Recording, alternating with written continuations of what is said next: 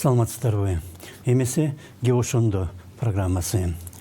Коронавирус жұққандардың саны Қырғызстанда 600-ге жақындап баратат. 200-ден ашық адам айықты, 7 киши қаза болды. Инфекция жұққандардың içinde 150 адам медиктер, бұл 25%. Демейді эпидемиялар учурунда медиктер оорығандардың 20%-ын түзет. Қырғызстандағы көрсөткүч андан белгиле жогору жана бул маселеге өзгөчө көңүл бурулууга тийиш. Дүйнөдө жаңы вирус жұққан адамдардың саны 2,5 миллионға жетті. Ең көп ауырғандар 800 мың адам АКШ-да. Екінші жана үчүнчү орында Испания менен Италия, бирок Франция мен Германиядағы аларға жақындап қалды. Өлгөндөрдүн саны 170 мың, алардын ичинен 43 мың адам АКШ-да. Бирок айыккандардын саны 650 мыңден ашык. Бул каза тапкандардан 4 есе көп. Демек, оорғандардың 80% же 10 адамдың 8-і айығат. Бирок каза болгондор сөзсүз эле коронавирустан өлбөйт. Тек қана пандемия учурунда өтүшүп кеткен башка оорулар күчөйт. Бирок алардын баары айрым өлкөлөрдө жаңы вирустан ажал тапты деп жазылууда. Оорунун белгилери пайда болгондо адамдар дароо ооруканага жатууга аракеттенгенде маселе жаратууда. Анткени биринчиден ал жактан оору жугузуп алышы мүмкүн. Экинчиден ооруканалар толуп кеткендиктен катуу ооругандар жардам ала албай калууда.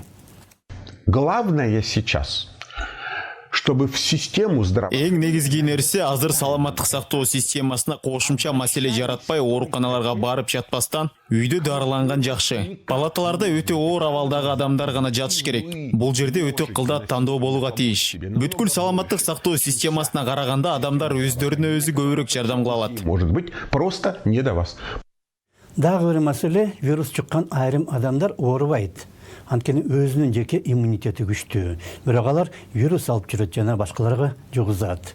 Ошондуктан мен ооруган жокмун деп ойлогондор дагы карантиндин эрежелерин аткарып, башкалар менен катнашта болбогону жакшы. Анткени тазамын деп ойлогондордун организминде дагы вирус болушу ыктымал жана ал жалпы коом үчүн коркунучтуу.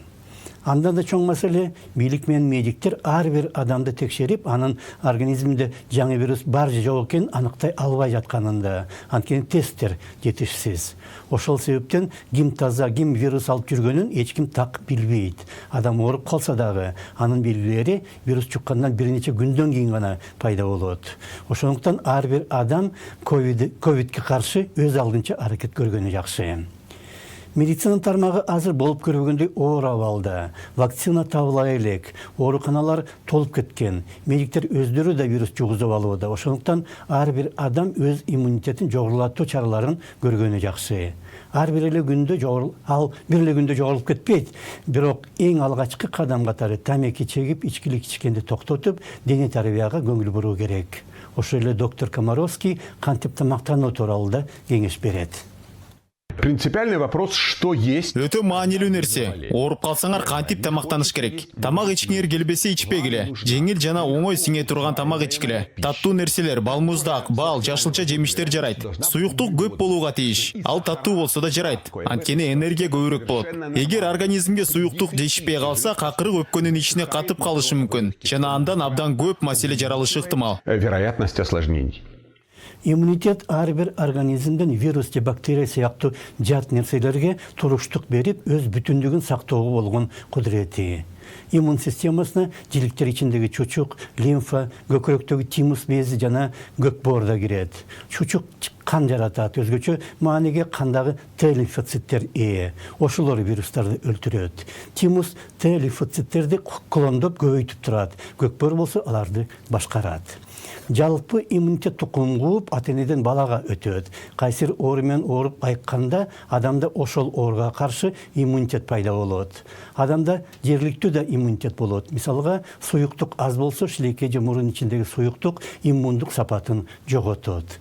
Жамааттык да иммунитет болот. Мисал үчүн, кайсы бир коомдогу адамдардын 95%-ында иммунитет бар болсо, калган 5% адамдагы оорубайт. Ошондуктан ар бир адам иммунитетин күчөтүүгө тийиш. Өзгөчө азыр. Ошондо саламатталыңыздар.